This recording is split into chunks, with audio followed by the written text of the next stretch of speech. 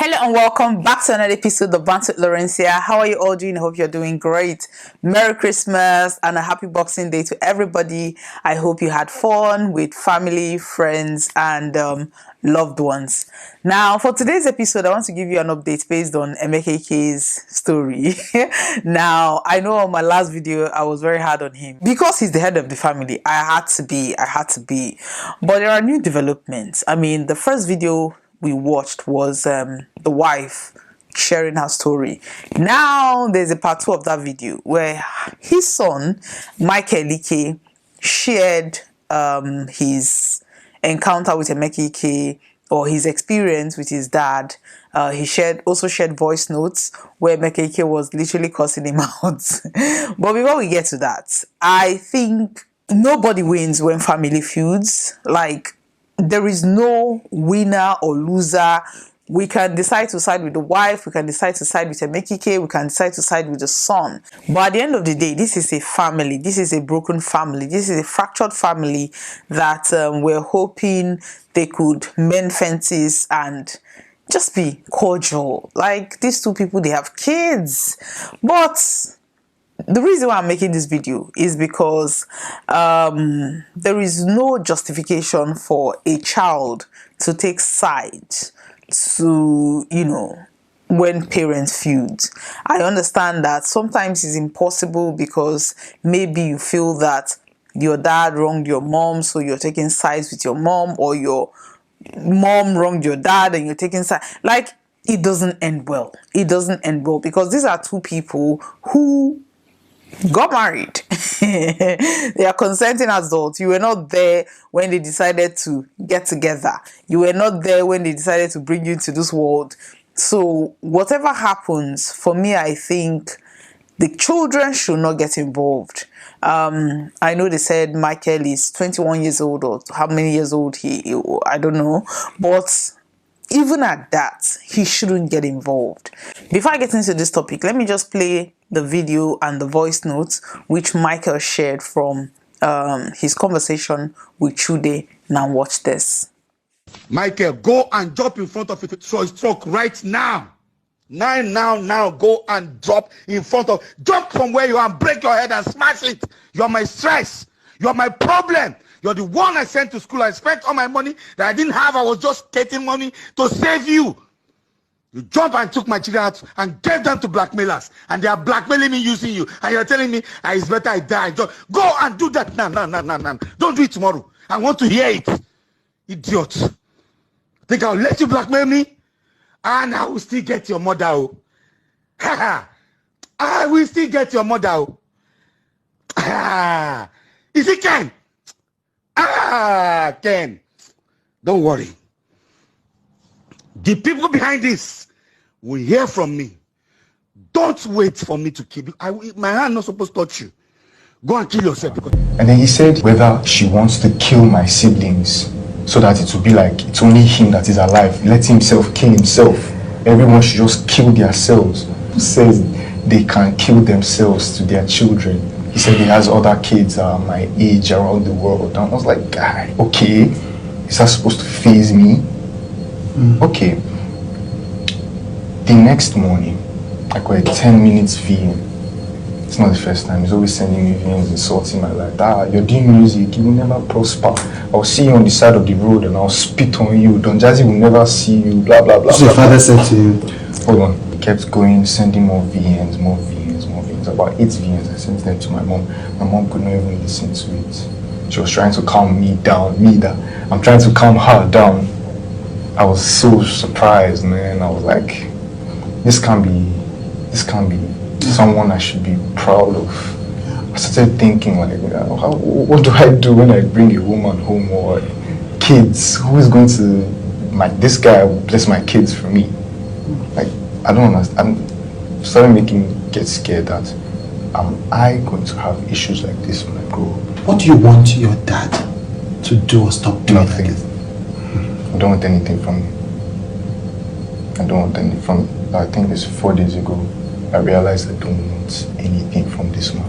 He told me to go crush my head by a truck, right? That was the life. I'm dead to this man. don't want anything from you. I just use it because you know how Nigerians are on social media, so I want to preempt that question. People will say that your mother has turned you against your dad, and that's why you are here talking. How do you respond to that? When I met my mom, the first thing I said was I really hate my father. When you met your mom for When I the met first my mom time. for the first time. Now, from social media in-laws, a lot of people, they were blaming the Emeka that why would you rain curses on your child, regardless of what, your child has done, regardless of whether he's taking sides. Telling your son to end his life is not an option. Like, you would never want anybody to go through that, not to talk of a child you brought into this world and a child you took care of. Now, I can understand why, because at the end of the day, these are two broken people, the mother and the father. The mother felt, she was cut short. Basically, she was a model. She wanted to be an actress. She got married to this famous guy, and all he could do was get her pregnant. Get her pregnant. She didn't feel fulfilled in her life, I think, from what she was saying, and that could drive anybody crazy. But from what Emeka is saying, he said that he sent her to school, bought her jam, she did first degree, she did masters. But at the same time, I just think we shouldn't. I know I took sides, but judging from the whole conversation now, I think we should just let people deal with their issues. We all have that one family or friend or relation or neighbor who their marriage ended, and basically most times the father get the children. Most times also they deny the woman access to those children, so the woman is busy crying, trying to get access to the kids. And then when the kids now grow up, become an adult, maybe 18, 19, 20, they will reach out to their mother. And when they reach out to their mother, trust me, that woman has harbored a whole lot of grief, a whole lot of hatred for the father stopping her to see her children. She is going to she's going to embellish the stories, not because she wants to, but because of the way she felt pained. That pain must have been, multiplied 100 times just because of the fact that she was not able to see her kids. We are online watching Daddy Freeze complain about his children, complain about not seeing his kids. These are kids that are above 20, but according to him, the wife has controlled or mind controlled them or something, that they have refused to see him. So he is bitter, regardless of whatever transpired when they were dating or when they had a divorce or whatever transpired at that point. Right now, he is pained. So whatever happened, he has magnified that based on his pain level, based on his anger level. So I think people should just stop putting kids in the middle of things. If you get married and that marriage doesn't work, find a way to get both parties to see children, because most times, even when the dad take the kids, there's a 99% chance that he would not be able to cater for those kids. So the kids will have to move to a different family member.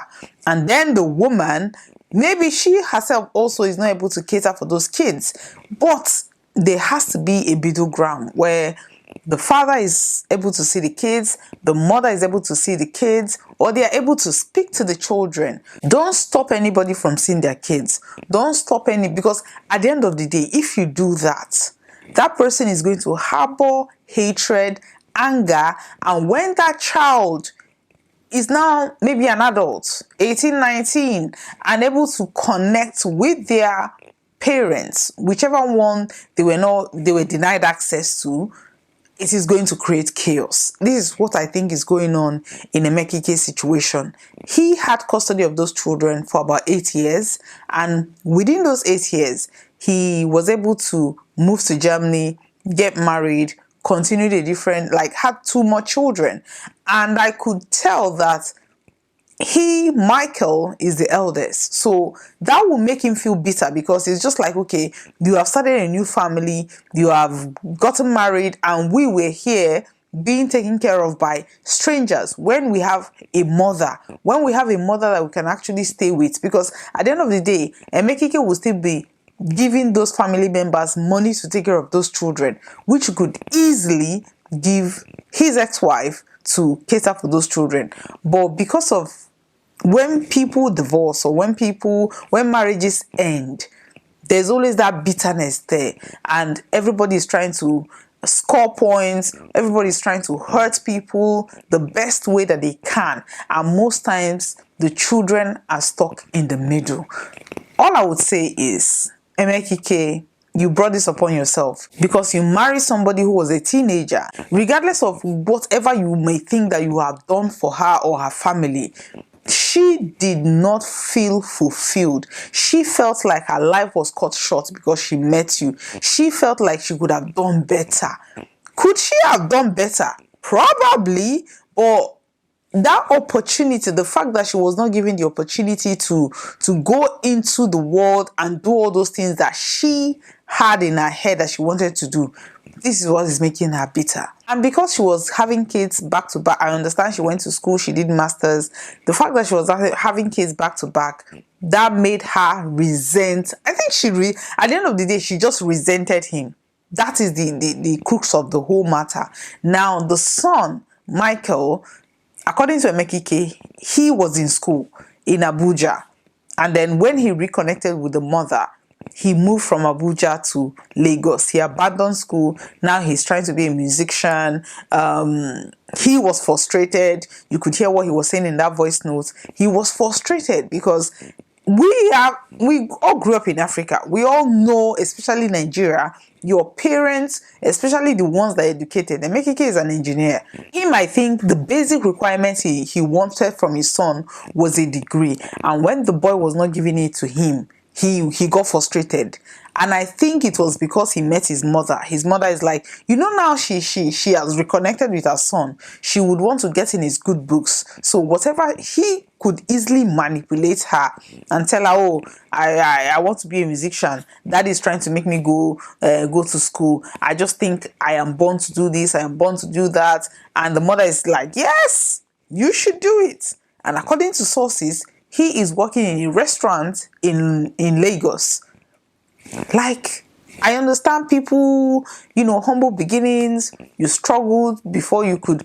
Why not just complete your education? Your father is a mega star. I think if Michael had completed his education and then tell his father, okay, I've done what you want me to do. Now I want to get into the entertainment industry. His father would be happy to put him through.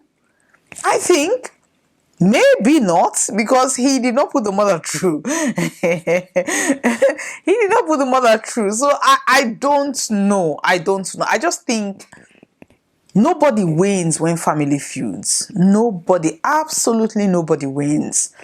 So Emeka, I think it's time to drop the boxing gloves. Just speak to your wife. Apologize to your son, because nobody should receive such a message, even from an enemy, telling you will not amount to nothing. Yeah, go and, end your life. It is going to hurt a child. But we all grew up I always say this, we grew up in a traumatic environment. Something is going to traumatize you. And also, Susan, I think you shouldn't bring the fact that you brought your son to that interview. For me, I think you scored an own goal. And that was what everybody was saying. If you had just come out, tell your own side of the story, and just let everything be. Maybe the son on his own, he's a grown man. Maybe the son on his own goes to a different platform, or even still come to that platform, but on a different day, to tell his own side of the story. I don't think people will question it the way people are questioning it now, because you brought him on. This is a fight between you and your ex-husband. Now you're bringing the children into the mix. It doesn't end well. It does not end well. At the end of the day, Michael, you're still going to grow up. You're still going to get married. And it's a different ball game. it's a different ball game. So people should leave the children out of whatever situation that you're going through with your wife or your partner. If that marriage is no longer working, I think people should be matured enough to do what is right or what is best for the kids. Put your emotions aside. The kids need both the father and the mother, unless in a situation whereby one of the parents is abusive. Then I can say, okay, they may not have them physically, but that conversation is required, because at the end of the day, the child is going to ask you, why did you stop me from talking to my father? Why did you stop me from talking to my mother? They are going to turn back and resent you, although for you, you think you're trying to do what is best for them. Sometimes it's best to just allow the children to experience certain things for themselves and make up their minds. If Emeka had allowed the ex-wife access to the children, not necessarily having them full time, but let's say visitation rights, speaking to them, it will not get to this point. He will not be on social media crying. The son will not be on social media saying that he hates the dad. The wife will not be on social media. Like, this whole thing will not be on social media. But the reality is, we all know that family member, that friend, that neighbor, that extended relation, that their marriage ended and they are weaponizing the children against one of the partner. It is not going to end well. It will not end well. So once you are comfortable getting somebody pregnant or having a child for somebody, regardless of what happens after that point, the two of you have to be involved in that child's life. Whether you hate each other, whether you're at each other's throats, whether you can't stand the sight of each other, this human being in the middle was brought to this world by the two of you. You have to put aside your emotions and actually help that child be a better person. I wish Emeka and the family all the best. I just hope that they are able to sit down, have a conversation, and move forward in this incoming 2024. Also, today's video is once again sponsored by the Debate's Wigs. Now, this is a 22-inch yaki hair. Like, this is actually 100% human hair, raw donor. Now, if you want something like this, it's going to cost you about £250. Our details are on the screen. We sell wholesale and retail. Thank you very much for watching today's episode. Please like and share. Thank you very much. Bye bye.